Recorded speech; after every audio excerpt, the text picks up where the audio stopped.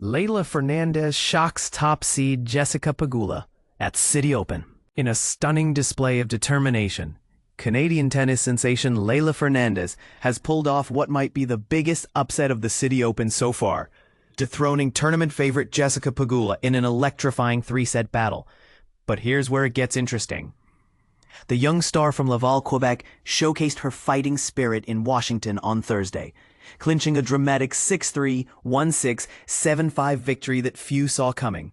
The match, which kept spectators on the edge of their seats for over 2 hours, demonstrated the unpredictable nature of professional tennis at its finest. Fernandez's performance was a mixed bag of brilliance and challenges. She delivered 5 powerful aces but struggled with 9 double faults throughout the match. What's particularly noteworthy is her clutch performance in crucial moments, successfully converting 3 of 8 breakpoint opportunities. The final set especially highlighted her mental fortitude as she capitalized on 2 of 5 breakpoint chances when it mattered most. On the other side of the net, America's top seed Pegula put up a strong fight with 2 aces, though she was hampered by 4 double faults and managed to convert only 3 of 7 break opportunities. The result sets up an intriguing quarterfinal clash between Fernandez and American Taylor Townsend. But the day wasn't all celebration for Canadian tennis fans.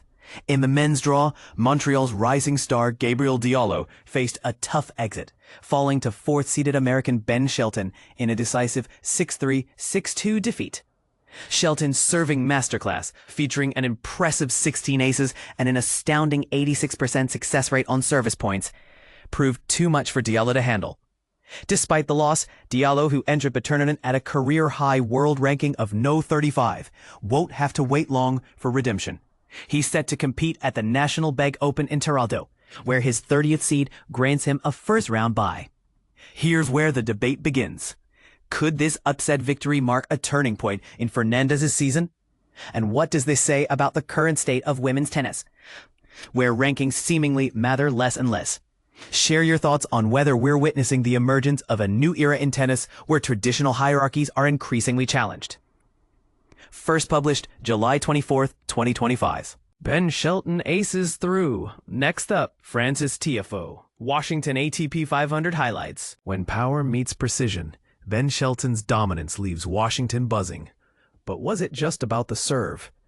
Ben Shelton delivered a masterclass during the 3rd round of the ATP 500 tournament in Washington, leaving the crowd, and perhaps a few competitors, stunned.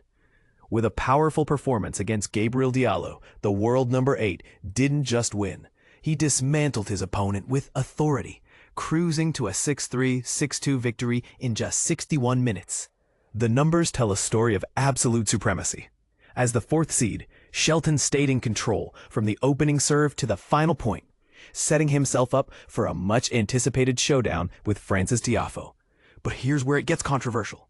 Was it sheer firepower, or did Diallo buckle under pressure? Shelton's game plan revolved around his thunderous serve. It's no exaggeration to say it was a difference maker. Racking up 16 aces, along with 16 service winners, the American barely allowed a chink in his armor, surrendering only 6 points across 9 service games. Perhaps even more impressively, he never once faced a break point. His rival, on the other hand, found himself on the defensive throughout, unable to keep up with either the speed or consistency coming from across the net. Don't miss the moment that made everyone sit up.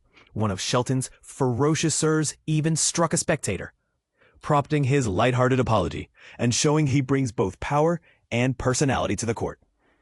If you're new to tennis, what does it mean to win so many points on serve? Quite simply, it puts all the pressure on your opponent to hold their own, making it almost impossible for them to get into the match mentally or physically. Diallo, lower ranked and less experienced, crumbled under this pressure, dropping his serve 3 times out of 4 break opportunities. That's an aligning stat for any aspiring pro. And perhaps it hits that the mental grind of facing big servers is something more players need to prepare for. Shelton's baseline game was equally sharp. He clocked in 22 winners and kept his mistakes to just 7 unforced errors. This superb balance meant that even during longer rallies, those crucial momentum-shifting points lasting 14 strokes or more, neither player gained a clear edge. But up to 4-stroke exchanges, the left-hander ran away with a staggering 47-25 lead, And this is the part most people miss. Dominating the short points isn't just about big serving. It's about decisiveness and execution under pressure. Throughout the match, Shelton barely wavered. In the opening set, he scored 5 easy service holds and quickly secured an early break. An ace in the third game started him with rocket to a 3-0 lead in under 10 minutes. Even as Diallo tried to mount a comeback, holding serve to close the gap to 5-3, Shelton responded with yet another ace, sealing a set without a hitch. The second set followed a now familiar pattern. Early on, Diallo double faulted, gifting Shelton another break. The American consolidated with yet another hold at love, unsurprisingly punctuated by an ace, and continued to press on return, producing a stunning forehand down the line for a break point, and capitalizing with another forehand winner to make it 4-1. From there, it was a formality. A couple more unreturned serves, a rock-solid hold, and Shelton soved out the match, slamming the door with an ace. Now, the stage is set for a headline-grabbing duel with fellow American Frances Tiafoe. Is Shelton's serve truly unstoppable, or did Diallo just fold under the spotlight? And most controversially, does modern tennis reward power over finesse? Some purists might say, matches like this make the game one-dimensional. But what do you think? Does a dominant serve bring excitement to tennis? Or does it take away from the strategic battles that make the sport so intriguing? Share your take in the comments and join the debate.